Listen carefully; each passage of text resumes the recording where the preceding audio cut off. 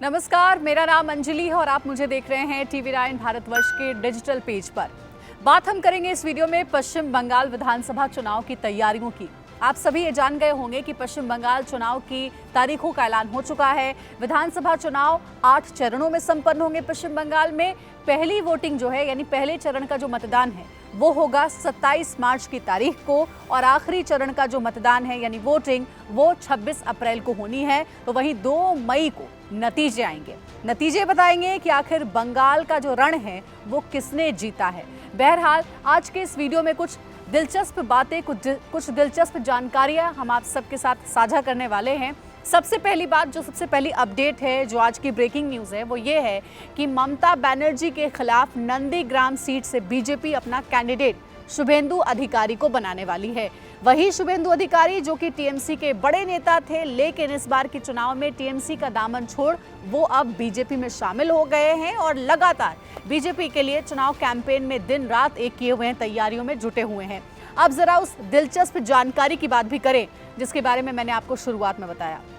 दरअसल पश्चिम बंगाल के विधानसभा चुनाव में इस बार देखने को यह मिला है कि सितारों का जमावड़ा लगा हुआ है।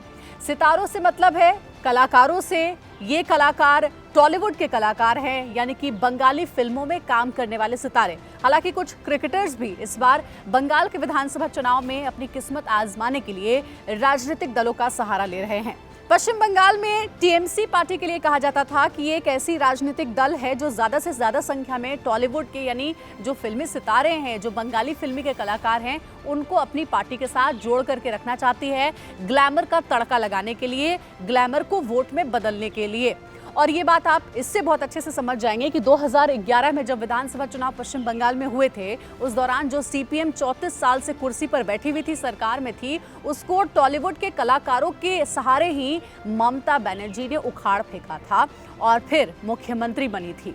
हाल में अगर आप लोकसभा चुनाव पर जरा आप नजर डालें तो सबसे ज्यादा जो चर्चित टीएमसी के उम्मीदवार रहे थे वो नुसरत जहां और मिमी चक्रवर्ती रही थी।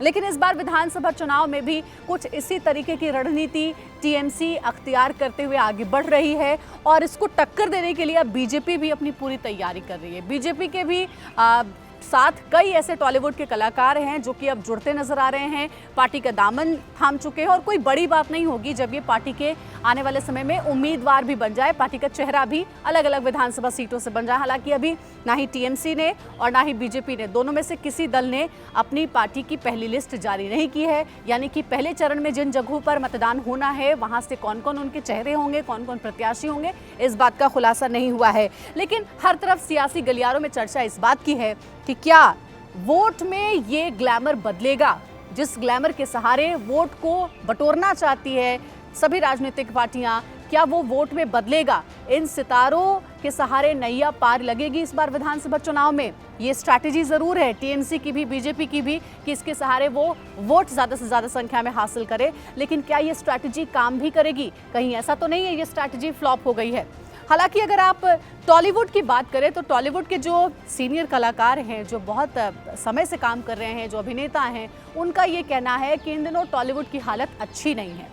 जिस संख्या में पहले फिल्में बना करती थी, अब उसकी आधी संख्या में भी फिल्में नहीं बन रही हैं और खस्ता हालत की वजह से ही अब जो टॉलीवुड के कलाकार हैं वो भी चाहते हैं कि राजनीतिक दल में शामिल होकर के अपनी किस्मत आजमाएं और इसके सहारे उन्हें एक बैक सपोर्ट मिले। टॉलीवुड के कलाकार अपना फायदा देख रहे हैं और राजनीतिक पार्टियों को ये लग रहा है कि ये जो ग्लैमर है और ये जो चेहरा है वो हमारे वोट में बदल जाएगा। खैर, ये तो पता चलेगा 2 मई को ही, जब फाइनल रिजल्ट आएंगे कि कितना इस स्ट्रैटेजी के साथ आगे बढ़ने में कामयाब टीएमसी और बीजेपी हुई है। लेकिन फटाफट मैं आपको ये बता देती हूँ कि आखिर कौन कौन से वो सितारे हैं जो कि टीएमसी और बीजेपी में शामिल हुए हैं।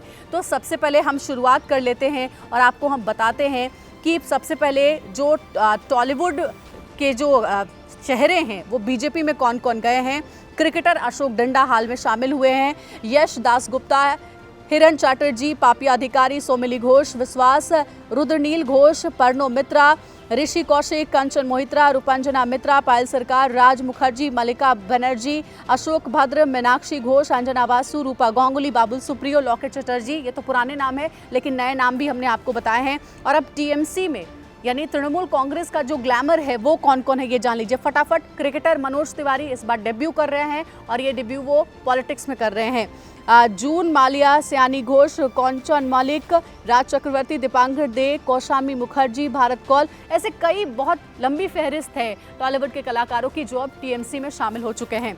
तो ये एक नई रणनीति जो है इस बार के चुनाव में देखने को जो मिल रही है टीएमसी और बीजेपी की, उसके बारे में हमने आपको बताया और हमारी भी नजर है कि क्या सितारों का जो मेला लगा है इस बार के चुनाव में वो जीत दिलाने में भी कामयाब होगा या नहीं, इस पर हमारी भी नजर बनी रहेगी।